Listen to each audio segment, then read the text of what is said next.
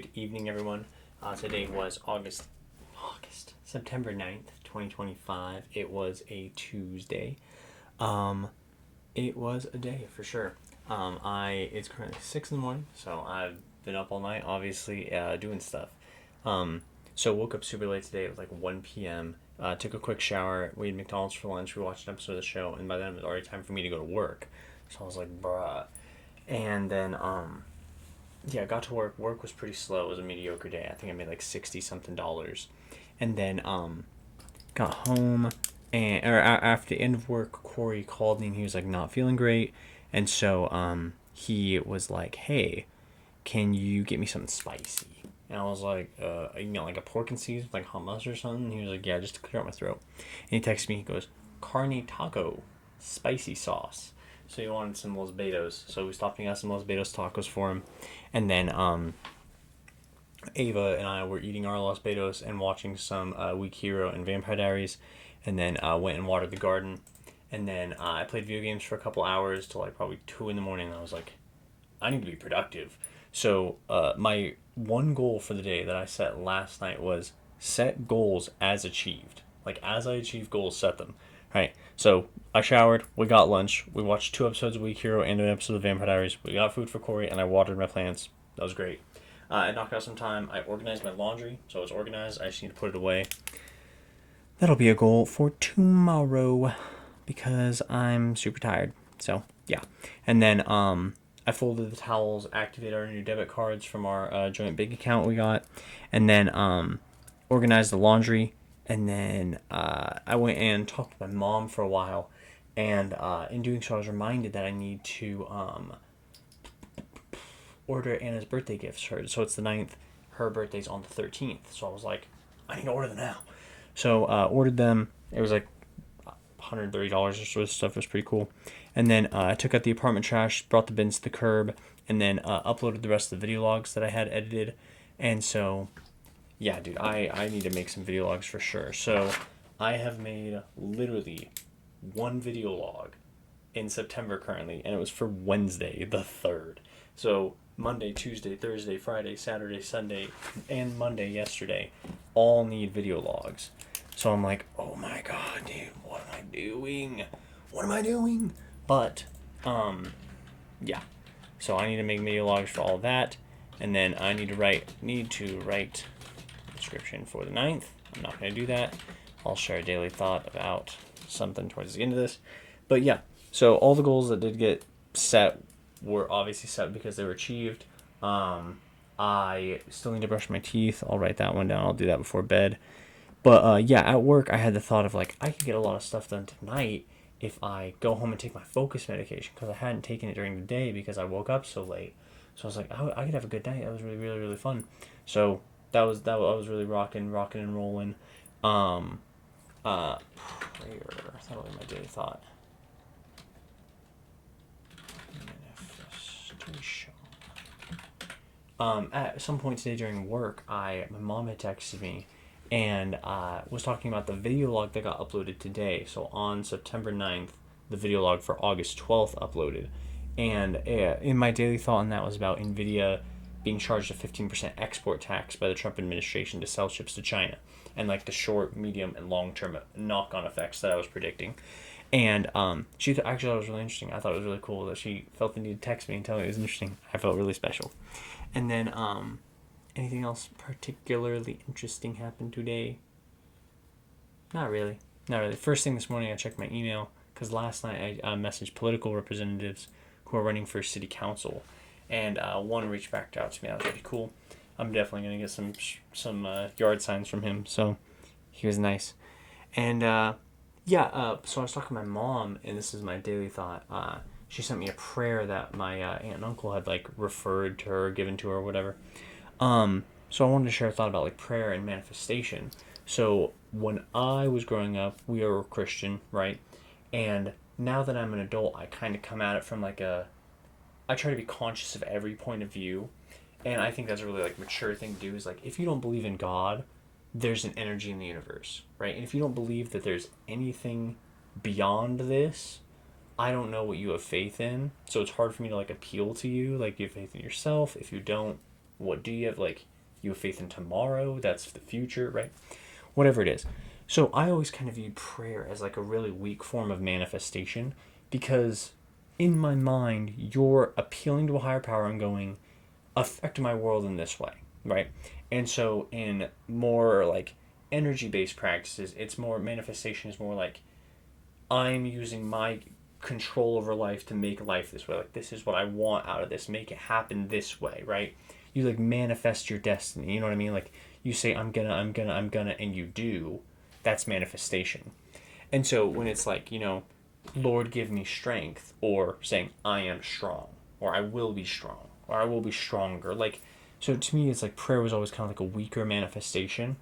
And just over the last week or so, I've kind of come to terms with realizing, like, I might have been biased against Christianity with being raised in it. Like, prayer has never been a particularly strong thing for me. But I don't know why I would think that it's a weak manifestation. It is manifestation.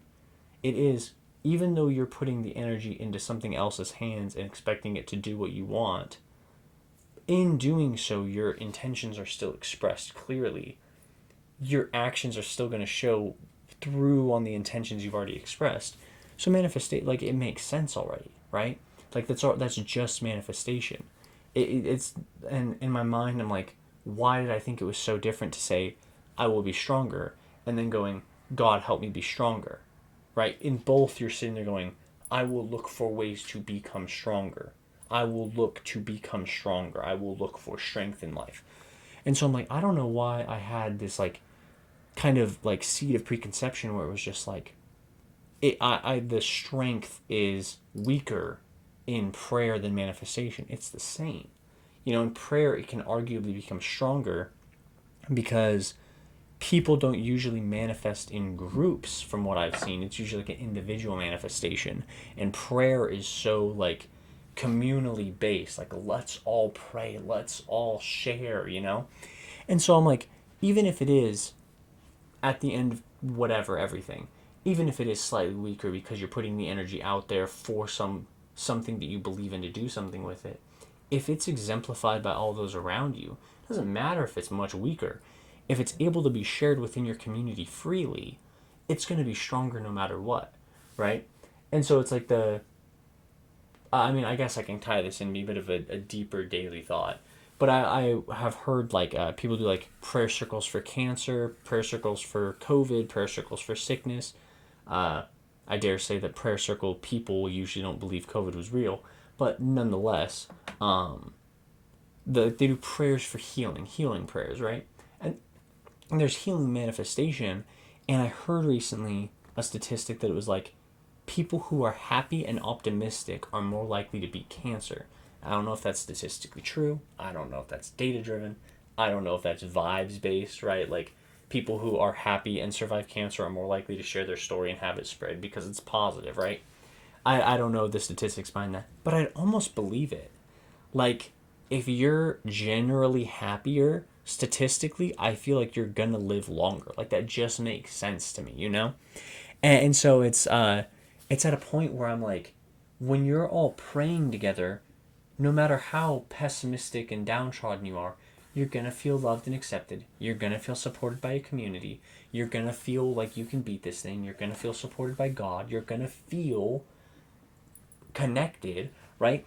And so you end up being kind of put into this happier, I have a chance, more hopeful, optimistic mindset. So even if God isn't real, even if religion is a sham, the manifestation circle that you've created, the energy they're putting into you, is still making your life better.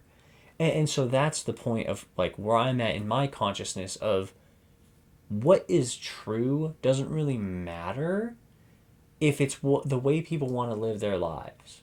Like, as long as they're happy and they believe they're doing what's right and they're not like making other people's lives significantly worse by existing, I think they have a right to exist.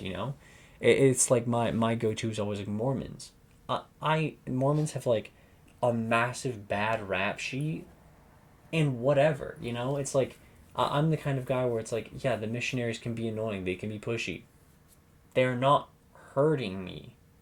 Like, they don't do anything to me, you know? They don't shame me, right? It's like I can hear about other people's experiences and go, that's insane. Like, that's crazy. I didn't know that was happening, right? But from my experience with them, it's like, whatever. Like, they don't affect my life. It doesn't matter. And so it's like this. And how do I, what was my other example? Oh, what was my other example? People, what is it called when you, ah, people who fake illness for attention? Is that like compulsively? Facetious? No, that's not what I'm thinking of. People who, is it hypochondriac? They think they have all the diseases? Ah, it's something like, oh my gosh, what is it? What is it? Believe they are sick.